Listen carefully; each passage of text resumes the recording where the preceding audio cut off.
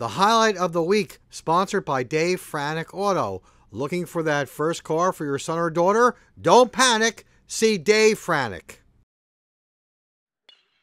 We go to the bottom of the first here at Vernon High School, and John Lapari of Vernon singles to right field to put runners on first and second for the Vikes, but they can't score and remains 0-0. Top of the second, and Carl Papacina of Jefferson makes a bid for a hit in the gap, but Vernon center fielder Steve Fitzsimmons makes a nice running catch for the out. Okay, bottom of the second and after, Tyler Cart reached on an infield single and a walk to Alex Hoffman, watched Steve Fitzsimmons come through with this RBI single to right field to chase home Cart, and Vernon has a 1-0 lead with 2 outs and runners on the corners. The Vikes make it 2-0 here on the error as Steve Fitzsimmons steals second and courtesy runner Kevin Berge scores for the Vikes.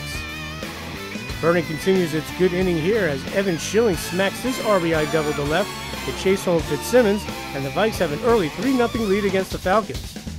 Okay, after Evan Wegman singled in the top of the third, watch Jeff Oster unload on this pitch for a 2-run blast, and Jefferson now trails 3-2. Big hit there by Oster. Then Jeremy Dakotas reaches on the error here to keep the inning alive for Jefferson as he hustles down the first base line. Then with 2 outs, Trevor Thompson singles to right field as Dakotas races to third, and Jefferson has runners on the corners. And Dakotas comes in here as John Lapari of Vernon knocks down Eric Vartanian's smash, but he legs it out for an RBI infield single, and Jefferson ties the game at 3 apiece. After a scoreless bottom of the third, top of the fourth we go, and Kevin Silverstein clubs this leadoff double to the corner and right for Jefferson. Carl Papacina then drops down the bunt, and on the attempt at third base, the ball gets loose and Silverstein scores, and Jefferson takes the lead 4-3. And the Falcons make it 5-3 here on the misplayed fly ball in right field, allowing Carl Papacina to score, and Jefferson now has a 2-run lead, 5-3. The Falcons then would load the bases for John Christopherson, and he cashes in here. Watch him belt his bases clearing double to right, and Jefferson has an 8-3 lead over the Vikings. Okay, bottom of the fifth we go, and John Lapari wraps this single to right field for the Vikings as they look to rally. Then with 2 outs, Chris Pontus comes through with this RBI single to left for the Vikings as Lapari scores, and Vernon trails by 4, 8-4. And Jefferson reliever Eric Vartanian gets the final out of the game here on this grounder to first as the Falcons top the Vikes 8-4 as they would go on to beat Morris Hills in their next game to clinch at least a share of the American Division title. I felt great to get the win today. It was an awesome opportunity. Got 20 wins. Just got to keep rolling in the States and win the league championship tomorrow. First 3 innings we were very flat.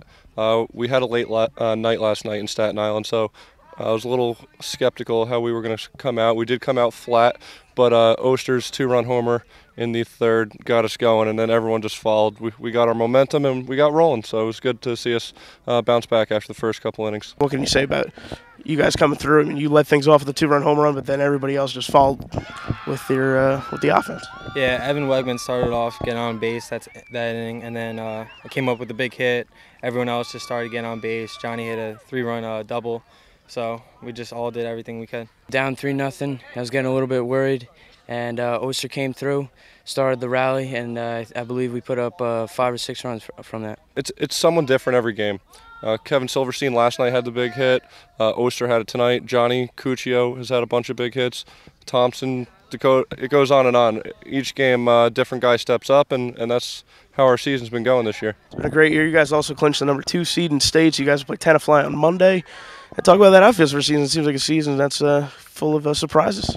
Yeah, I mean, it's a dream season. One of my coaches told me 15 wins is a good season, and 20 wins is an unbelievable, remarkable season. So we got 20 wins today. We got to keep rolling on it. It's unbelievable. I mean, compared to last year, I think we were 6-14, and it feels great to have such an unbelievable season, especially as seniors.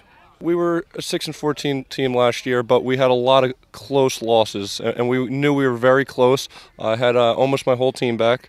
The guys really put in the time in the off season, and it's really starting to pay off.